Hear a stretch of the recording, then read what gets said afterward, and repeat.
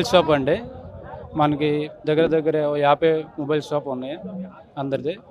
అంటే ప్రాబ్లమ్ ఏంటి కొంతమంది మొబైల్ షాప్ వాళ్ళు వచ్చి మనకి ఉన్న హోల్సేల్ షాప్ వాళ్ళకి ట్రోసర్ పెడతారు. వచ్చి గొడవ పెడతారు. ఫస్ట్ అంటే 1 ఇయర్ ముందు మీరు రిపేర్ చేయకూడదు. ఎలాంటి ఆర్గ్యుమెంట్ తీసుకొని మన షాప్ దగ్గర వచ్చారు. 150 మంది వచ్చి గొడవ పెట్టారు.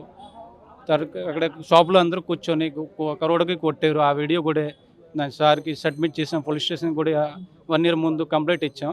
తర్వాత పోలీస్ వాళ్ళు వచ్చి అందరికీ పోలీస్ స్టేషన్లో కూర్చోబెట్టి రాజీనామా చేశారంటే మన ఇప్పుడు వాళ్ళ జోలికి వెళ్ళను, మన జోలికి మనం చూసుకుంటాం, వాళ్ళ జోలి వాళ్ళు చూసుకుంటాం, వాళ్ళ వ్యాపారం చేస్తారు.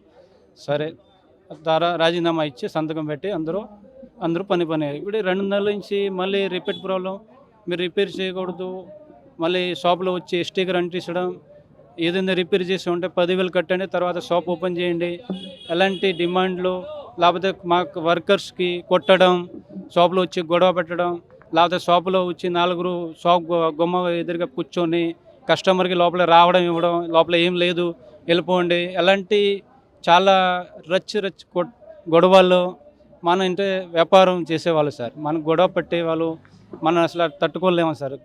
అది ప్రాబ్లం దగ్గర ఈ 1 ఇయర్ నుంచి ఎక్కువ జరుగుతుంది. ఇప్పుడు లాస్ట్గా ఆప్షన్ లేకుండా నేను కలెక్టర్ గారి దగ్గర వచ్చాం, ఎస్పీ గారి దగ్గర కూడా లెటర్ ఇస్తాం సార్.